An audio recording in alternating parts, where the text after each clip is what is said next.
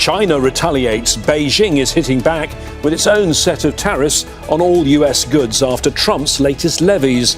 Now the world's top two economies are fighting a heated trade war.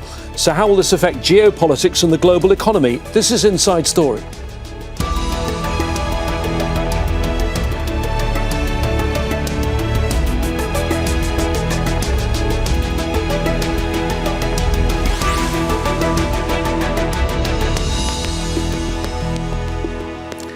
Hello again, I'm James Bays. The world's top two economies are fighting a trade war. Tensions between Washington and Beijing are escalating and China is hitting back. It's announced its own tariffs on American products in response to those imposed by US President Donald Trump. They include a 34% tariff on all US goods and restrictions on exports of rare earth minerals. Recently, Trump said he's willing to negotiate, even suggesting the popular Tik Tok app, which is owned by China, could be a bargaining chip. But with global financial markets sliding, how far are both countries willing to go? And will this back and forth change trade policies? We'll explore all these issues with our guests in a moment. But first, this report from Katia Lopez-Hodoyan. Trade between the U.S. and China is at a financial crossroads. Beijing has retaliated against Donald Trump's latest tariffs with its own measures, including a 34% tariff on all U.S. goods and restrictions on exports of rare earth minerals. China, first row. President Donald Trump insists his 54% tariffs on China are payback. He says Beijing has taken advantage of trade policies that hurt American industries. But recently, he suggested he's willing to make a deal. The sale of Chinese-owned Tik Tok app, widely popular in the U.S., could be part of the bargain. We have a situation with Tik Tok where China will probably say, we'll approve a deal, but will you do something on the tariff? And the tariffs give us great power to negotiate. Next month, Washington also plans to end the so-called de minimis rule, which allowed goods cheaper than $800 to enter the U.S. tax-free. The loophole has widely benefited Chinese e-commerce companies like Shein and Temu. China has said it's willing to talk and negotiate. The Economic and Trade Departments of China and the US have maintained ongoing communication. China is willing to engage in exchanges with the US on important issues to resolve mutual concerns. The new U.S. tariffs on dozens of countries are also causing upheaval with other trading partners in Asia. It could ultimately lead some to pivot towards Beijing instead of Washington. A really critical question is what I would call dealability. By that, I mean the willingness now of the U.S. administration to negotiate with countries over market access, over legitimate frustrations and grievances that they have with countries. With the trade war now underway and global markets slumping, it will test how far Washington and Beijing are willing to go. Katia Lopez-Hodoyan, Al Jazeera for Inside Story. Well, let's bring in our guest to discuss all this further. And in Beijing, John Gong is professor at the University of International Business and Economics. In Los Angeles, Robert Koepp, director of the Asia-Pacific Geoeconomics and Business Initiative at Chapman University. And in Pusan, South Korea, Robert Kelly, professor of political science at Pusan National University. Thank you, all three of you, for joining us on Inside Story. Let me start in LA with you, Robert Koepp, and go back to what was said in the Rose Garden of the White House. I have great respect for President Xi of China, said Trump. Great respect for China, but they were taking tremendous advantage of us.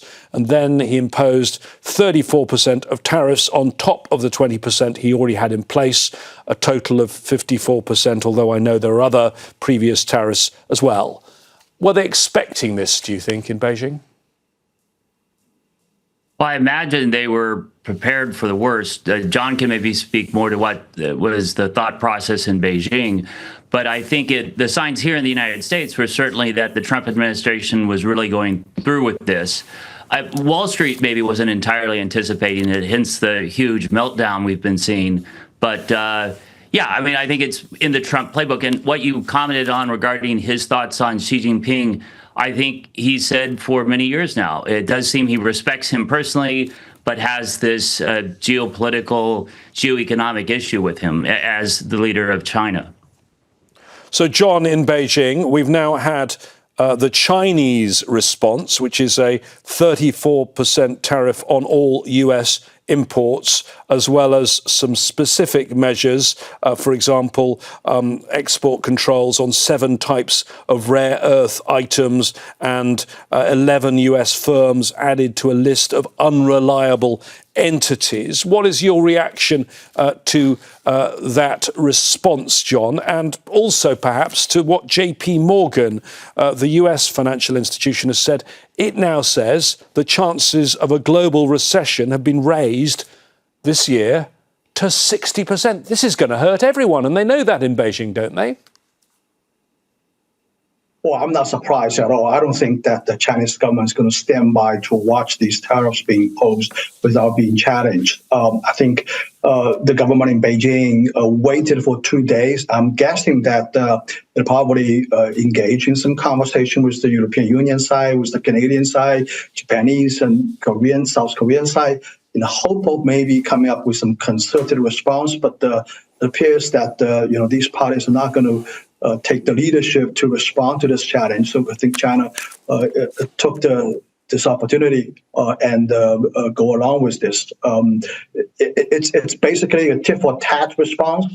Back to the same tax rate, tariff rate, 34% across the board on all American imports into China.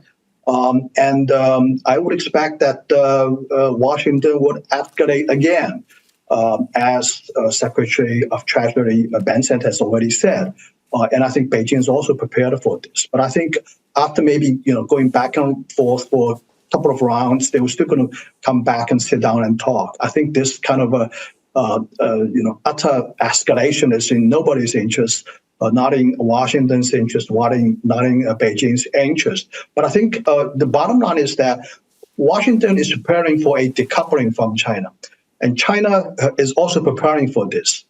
We all understand that this is a direction that 2 countries are jointly going towards. But previously, we hoped that this process can be managed in a smooth way, slowly, less disruptively, less destructively. But now Washington has chosen to accelerate this process. This is very bad. Robert Kelly, you are there in South Korea. You've just heard John say he thinks we've had tit for tat, and we probably will have more of that before there are any negotiations. You also heard what I told you from JP Morgan, saying the chance of a global recession now raised to 60%. What is the view across the region? Have we reached panic territory now? I think here in South Korea, there was an expectation that Donald Trump wouldn't actually go this far. And I think that sort of goes for Japan as well. I think that U.S. Asian allies expected that a security relationship would mediate this in some way, that there would be a sort of pulling of punches. I think everybody is really sort of surprised. Certainly the response here in Korea, the government's response has been not panic, but sort of emergency. And it's all over the media and everything. And I think that, quite honestly, the government isn't really quite sure what to do. I don't think there will be heavy retaliatory tariffs out of Korea or Japan, in part because the security relationship is an area of leverage for the United States. And so I think what they're going to do is kind of wait, Korea and Japan. My guess is they'll wait and see how things shake out with China and with Europe in response to the tariffs. And if Trump doesn't move on this, my guess is they'll learn to live with it. We've already sort of heard discussion in Korea about how, well, we should do some strategic investment in the United States to kind of buy Trump off, sort of get ourselves a carve out. But my guess is the Japanese and the Koreans will probably accommodate rather than slide into a trade war. OK, other Robert now in LA. Perhaps take us back a bit, Robert, because Trump's first term, he imposed tariffs on China. Those were kept going by Biden. And Trump has long complained that China uses unfair trading practices. Historically, is there truth in that? Oh, absolutely. China, after joining the WTO, has just been reluctant to open its markets. I think one of the most obvious cases is automobiles. Somewhat ironically, now a Trump ally, Elon Musk, was the first to open a wholly owned foreign enterprise in the automobile sector. But that was after years of China benefiting from access to foreign markets while keeping its markets restricted. So actually, you see both left and right in America, and you mentioned the Biden administration. Indeed, they continued with the Trump tariffs. They thought they were working. But what's really significant between then and now is the tariff regime was previously directed really only at China. And just as we've been discussing, going around the table here, as it were, it's now global. So that's the big shift. And that's why you see so much market turmoil.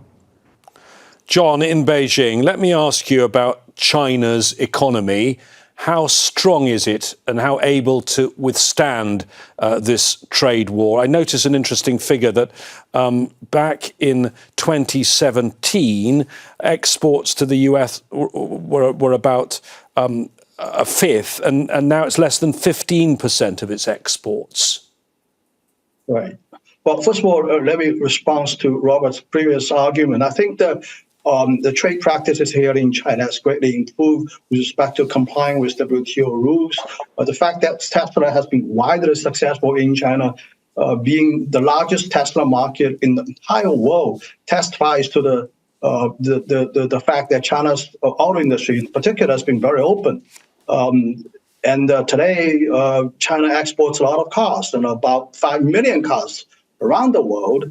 Look at what tariffs are being imposed on Chinese cars importing to the United States. 100% tariff. This shows how much of an openness of the U.S. market is to international imports in the automobile industry right now. Now, back to your question about China's economy. We're starting to see some One moment, I'll bring you in, Robert, in a moment. Continue, John, please. We're starting to see some signs of recovery at the beginning of the year in 2025. Apparently, this shock is going to take a toll on China's economy. But as you just said, the American market is about 14% of the total China's exports market.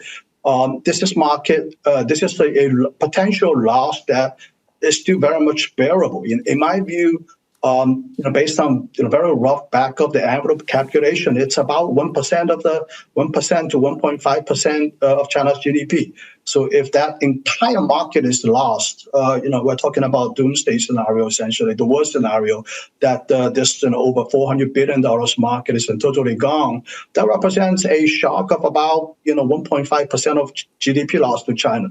This is something that is bearable. And I think that the government in Beijing is determined to not back off from this challenge. And if that's the loss that we're going to take, so be it. Robert, in LA, you wanted to jump in. No, just to point out, I'm not totally disagreeing with the points John is making, but I think the one on the automobiles, look, China required foreign auto manufacturers to set up joint ventures, majority owned by Chinese companies. And that persisted for years. Yes, Tesla was the first to be allowed in.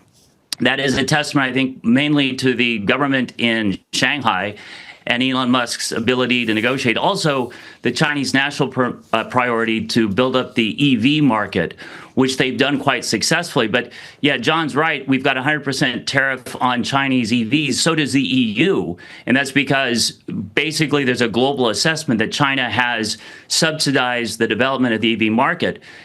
China, from a totally national perspective, isn't necessarily wrong for doing that. I think actually the U.S. should think about better supporting EVs here. But in any case, that's why you see not only the U.S. imposing the tariffs on Chinese EVs, but also the EU. John, we have conflicting.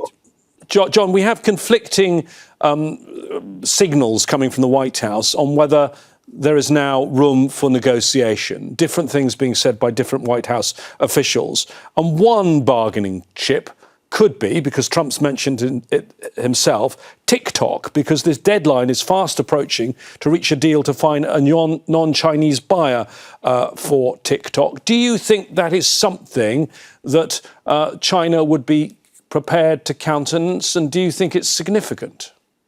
Well, I don't think TikTok it should be a strong bargaining point from Beijing's perspective. I mean, this is a company owned a private citizen from China. I don't think it factors into a great significance in China's calculation. I mean, it hurts a very important investor here from China.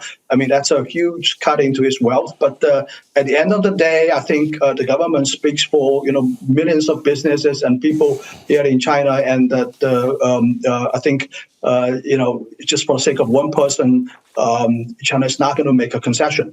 So I think, but I totally agree that both sides will eventually come to the negotiating table. But let me also point out that one issue here, I think the trade policy towards China in the White House is very much managed by this person, Peter Navarro. And this guy is very anti-China. I mean, look at his past writings, his the past statements about China. I think this is a huge problem, sort of differentiating from China's situation from the cases in European Union and Japan, South Korea, and these countries. But nevertheless, I think President Trump still wants to maintain a relationship with China. As he said, he's a good relationship with President Xi, and I would anticipate that after rounds of back and forth, both sides will probably come back to the negotiating table, exactly as both sides did during the first trade war between the Trump administration and China in his first administration. Robert Koepp, I mean, one thing I want you to explain to me, because there's one part of this which is a bit of jargon, but I think it's pretty important, the de minimis exemption or exception. This seems to be pretty important. I mean, but just explain this for us. So de minimis regards the products that have been flooding into the United States, by the way, with huge consumer enthusiasm from Shein and Temu. So these are online retailers. They're a bit like Amazon, yes? For those that don't know. Well, yeah, they're almost like eBay and Amazon, right? So, for those not active on what they call S-commerce or social media affiliated e-commerce, Temu and Shein, I mean, Temu, for example, has almost reached the same sales volume as Amazon. And these are phenomena of companies that, weren't even known a few years ago. And the way the de minimis works for them is the de minimis tariff regime is basically no tariff on goods up to $800 when sent by the U.S. Postal Service. So these goods have been coming in very affordably made in China, again, to the delight of American consumers, I must confess, but they don't have any tariffs. And to the Trump administration's credit, I would, by the way, agree with John Gong's assessment of Peter Navarro. He is an extremist. And so the Trump administration has an extremist economist guiding trade policy. And I would suspect it's either Peter or someone in his team who noticed the de minimis exception applying to those companies and the way they've had this huge success in the U.S. Tariff-free, though. And so that's why they're going after the de minimis exception. Robert Kelly in Pusan. I mean, it's clearly not just China that's been hit in the region. In fact, if you look at the 10 countries and territories around the world who have the highest tariffs, 5 of them are Asian nations, and some of those figures are very high indeed. For example, Cambodia at 49%, Vietnam at 46%. The suggestion is that they're targeting those because those have been used as a backdoor by China. Would you agree with that?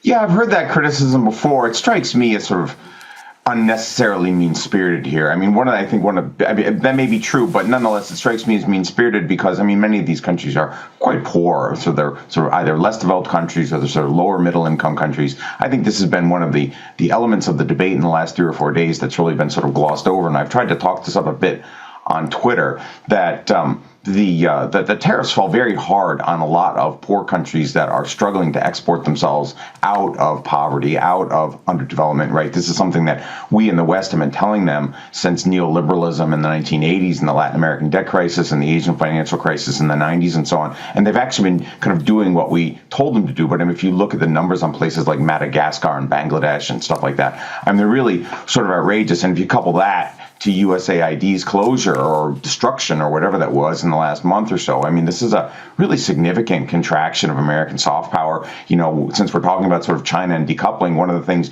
the U.S. has been trying to do is sort of rally not just Northeast Asian states, but also Southeast Asian states to work with us on our concerns about Chinese expansionism in the South China Sea and so on, right? And tariffing countries like Malaysia and Indonesia and Cambodia and so on. That's not going to help at all. I'm just kind of shocked at the sort of geopolitical stumbling of these tariffs. And it's going to alienate so many states the United States needs in Asia if we're going to respond to China in the next few decades.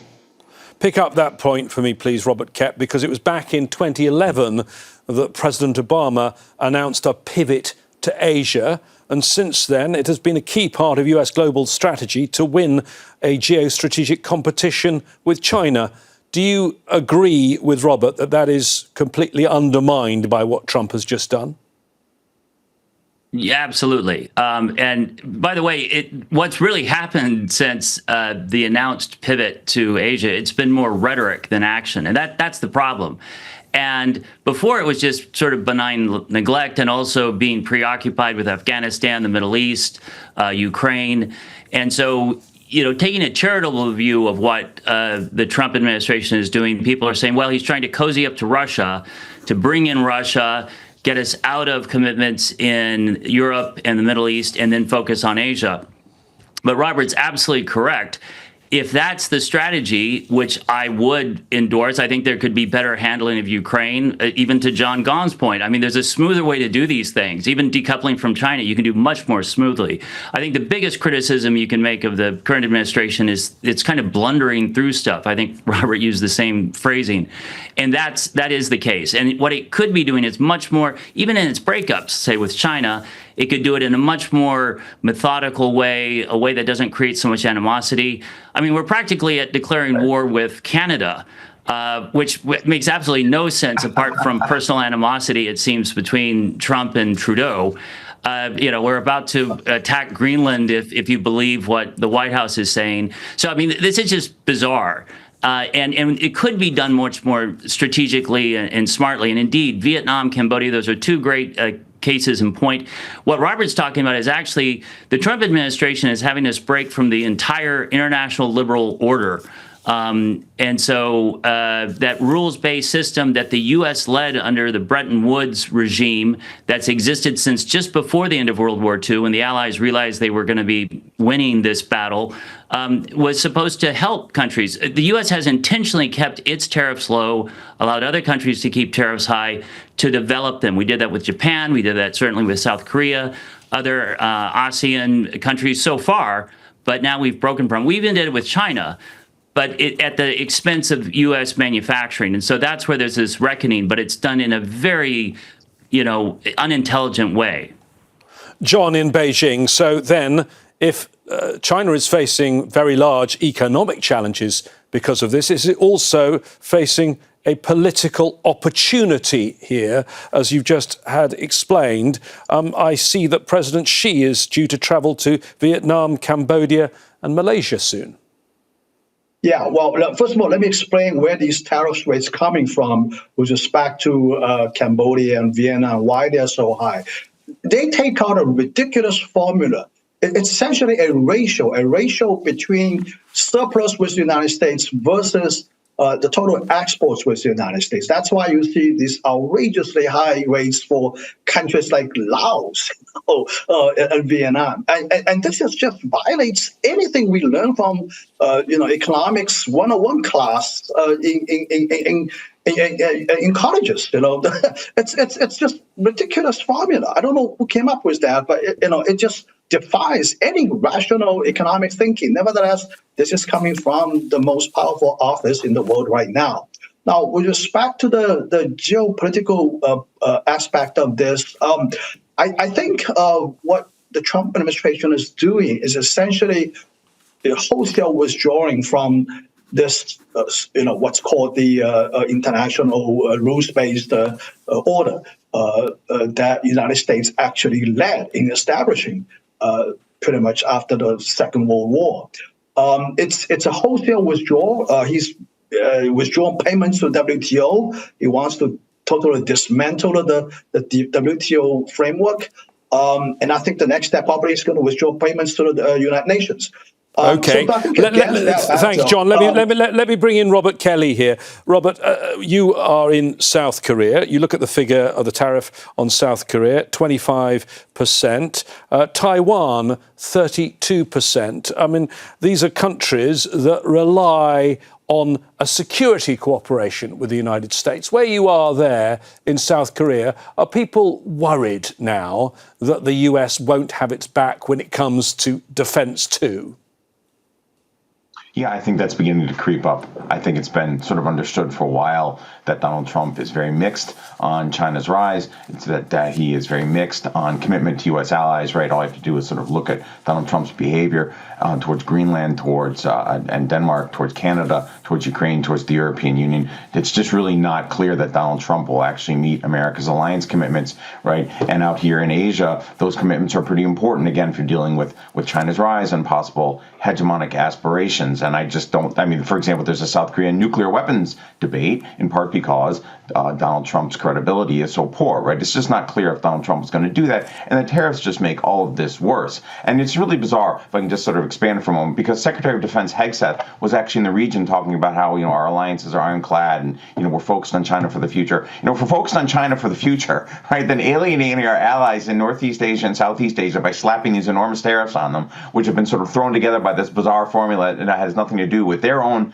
tariff behavior. I mean, that's just a great way to sort of generate dissension among economic and political elites in these countries and create all kinds of room for, sort of like leftist political parties, for example, that want to go off and have a separate peace with China, right, or sort of break the U.S. alliance. I mean, all this is just not helpful, and it's just not clear that the Trump people are actually thinking this out. There's no sort of clear interagency process that's actually worked up these tariffs in coordination with America's other security goals, at least out here in the region. I mean, it's just, it seems very incompetent. It's sort of bumbling, and I just don't get it because, these countries aren't going to wait around, right? They're going to go off and they're going to start talking to the Chinese if we, the Americans, don't find some kind of way to approach them, but just sort of slapping these tariffs on them like this, right, with very little warning. It just shows up in the media. I mean, that's just terrible diplomacy.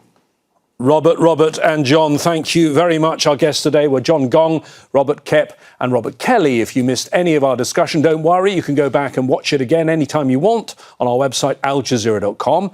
As ever, we'd like to hear from you. Post your comments and suggestions on our Facebook page. That's facebook.com/AJ Inside Story. Or you can find us on X. Look for us at AJ Inside Story. From me, James Bays, and the production team here in Doha. Stay safe and well. Bye-bye for now.